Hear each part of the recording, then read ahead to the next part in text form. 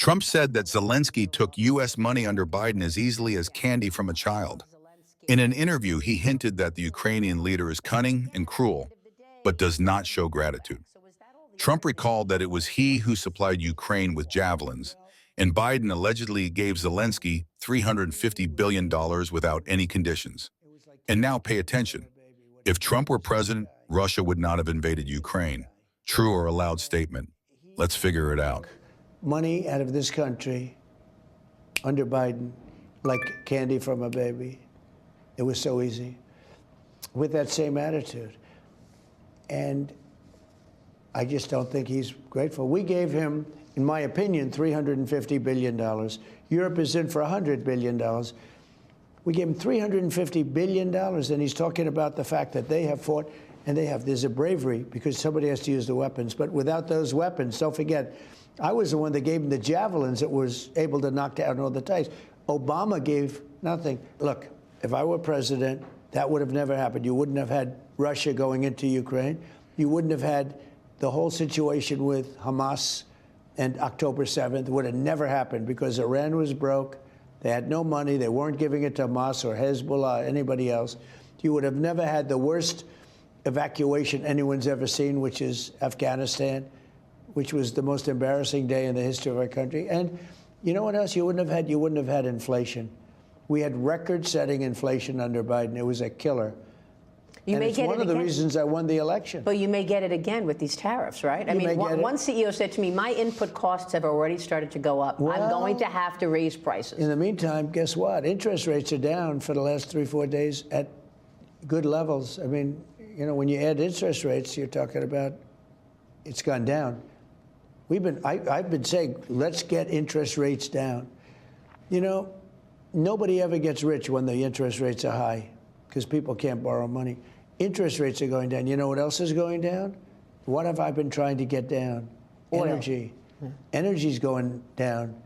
I'd love to see energy go down. You know, energy is really what caused it. They screwed up my energy. I had the most energy, and they screwed it up. Then they went back to it. It was going through the roof. They went back to some drilling, but it was gone. It was hopeless. It was lost.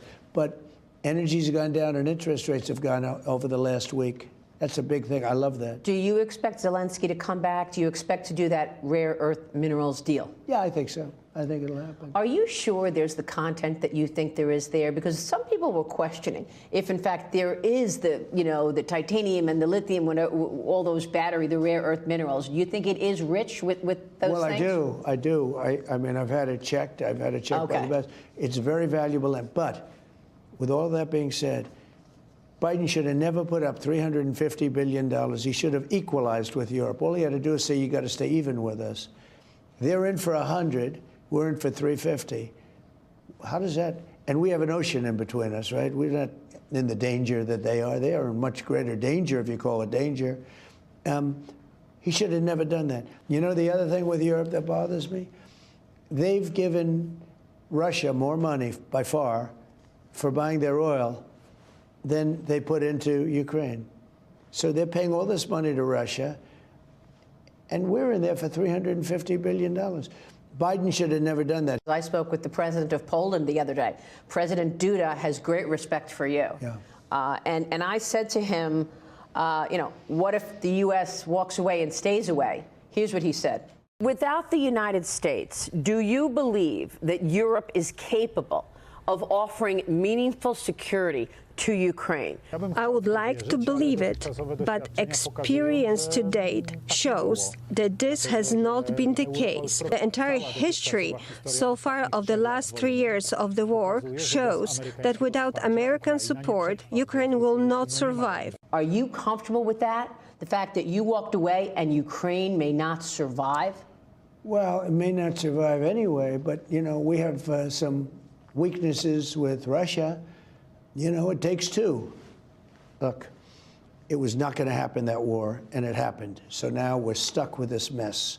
Think of what he stuck me with. Open borders where we have 21 million people came into our country, many of whom should not be here. Many are criminals. Many are criminals. Many murderers,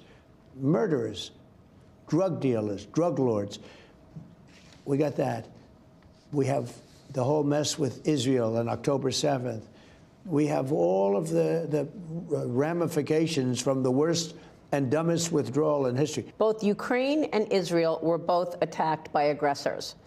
Is America treating both countries similarly? Are they treating the aggressors similarly? I think so. Look, they're Are very you different. favoring one over the other? They're very different places, okay? Very, very different. You're talking about different levels of power. You're talking about different parts of the world. The Middle East has been under attack forever. It's been, you look, when wasn't it under attack? And then we came along and did the Abraham Accords, which was unheard of. Have you been as tough on Russia as you've been on Hamas? I mean, what do you want to say to Well, critics? I've been much tougher because I haven't done to Hamas. That's been Israel that has to do to Hamas. But Israel does tell me what's going on. I think I've been very tough to Russia. Tougher than anybody's ever been to Russia, if you think about it. First of all, we had the Russia hoax, which was a very bad thing. Could have led to a war. And that was started by Schiff and all these lowlifes. I know. They're total lowlifes.